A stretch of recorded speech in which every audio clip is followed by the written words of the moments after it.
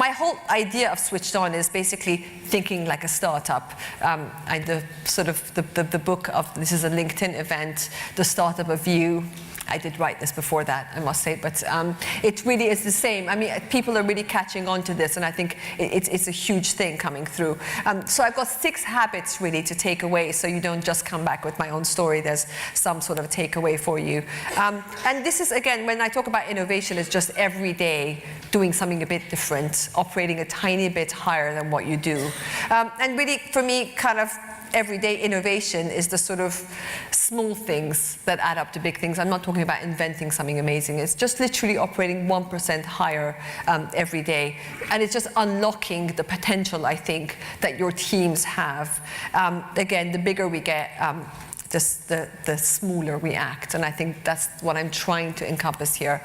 So my first habit, step into customers' shoes. I say that because, as you know, I was my own customer. I couldn't believe that I had to start a business because I was the customer. But very much, and this idea is that even if you don't start a business, you've got to become the customer.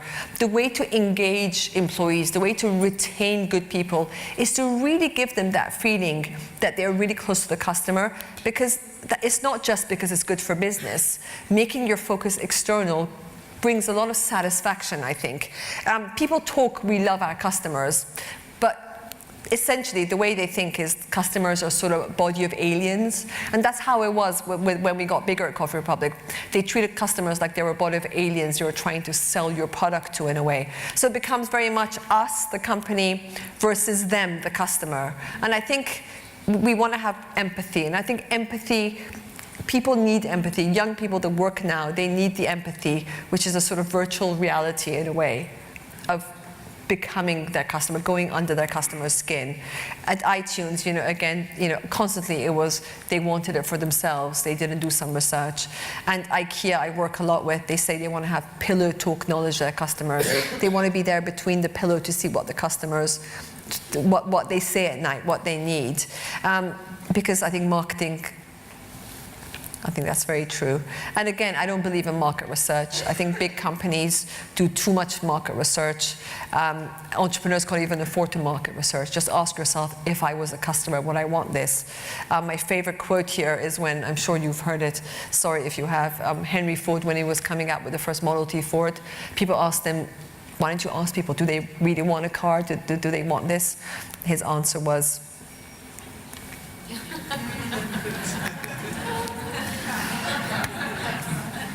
and I think that this is so true. And again, again going back to Apple, we figure out what we want. And I think the more you engage your people to think about what they want, the more they become subjective, the more authentic they will be, and the more authentic they will be, the more they will enjoy what they do. And the more you get out of them. The second one I think is very important for these habits is getting out of the office. Beware of bureaucracy. I think bureaucracy kills spirit, it kills creativity, and big successful companies have to be very careful of bureaucracy. It demotivates people, I think. This, again, Genji Genbutsu, go out and see for yourself. When people go out there, they're engaged, they're activated, they're using their creative side. It's sort of busyness, which is busy versus business, what really happens out there. So many of us sit there staring at that dead cheese plant in a boring office, expecting to be creative. And this is not what people want anymore. And I think it's about getting out there and moving out there. And the more stimulus you get, spending time with your customers, seeing what it's really like out there, the more ideas you get.